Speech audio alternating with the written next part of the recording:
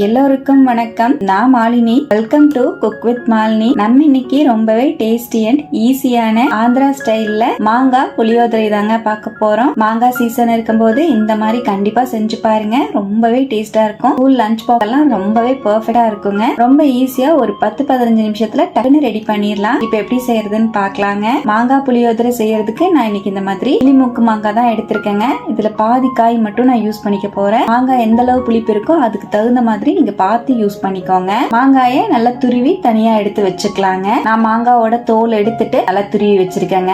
நான் இன்னைக்கு ஒரு 2 டம்ளர் அளவுக்கு சாதத்தை வடிச்சு எடுத்து வச்சிருக்கேன். நல்லா உதிரியா சாதத்தை இந்த மாதிரி குக் பண்ணி எடுத்துக்கோங்க. சாதம் நல்லா உதிரியா இருந்தா சாப்பிட்றதுக்கு செம்மையா இருக்கும். மாங்காய் புளியோதரை செய்யறதுக்கு ட்ரையான பேன்ல 1/2 டீஸ்பூன் வெந்தயம், 1 டீஸ்பூன் குருமிளகு சேர்த்துக்கலாங்க. நல்லா ட்ரையா ரோஸ்ட் பண்ணிக்கலாம். குருமிளகு வெந்தயத்தை மீடியம் டு லோ ஃபிளேம்ல வச்சு நல்லா வறுத்து விட்டுக்கோங்க. நல்லா வறுத்துட்டேன்.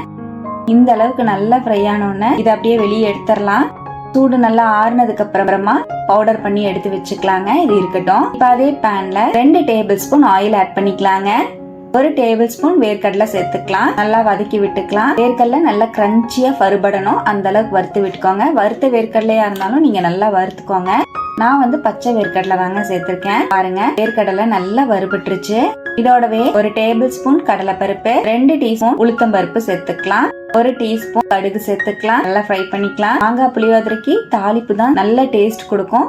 நல்லா வறுத்து விட்டுக்கலாங்க. கடுகு, கடலைப்பருப்பு, உளுத்தம் பருப்பு எல்லாம் நல்லா ஃப்ரை ஆக ஆரம்பிச்சிருச்சு. இதோடவே 4-5 முந்திரி பருப்பையும் சேர்த்துக்கலாங்க. 3-4 பச்சை மிளகாய் சேர்த்துக்கலாம். 2 வரமிளகாய் சேர்த்துக்கலாம். காரத்துக்கு தகுந்த மாதிரி மிளகாய் நீங்க ஆட் பண்ணிக்கோங்க. 2 கொத்து கருவேப்பிலை சேர்த்துக்கலாம். நல்லா ஃப்ரை பண்ணிக்கலாம். சின்னதா 2 துண்டு பெருங்காயம் சேர்த்துக்கிறேன். பவுடரா இருந்துச்சுன்னா 1/2 டீஸ்பூன் சேர்த்துக்கோங்க.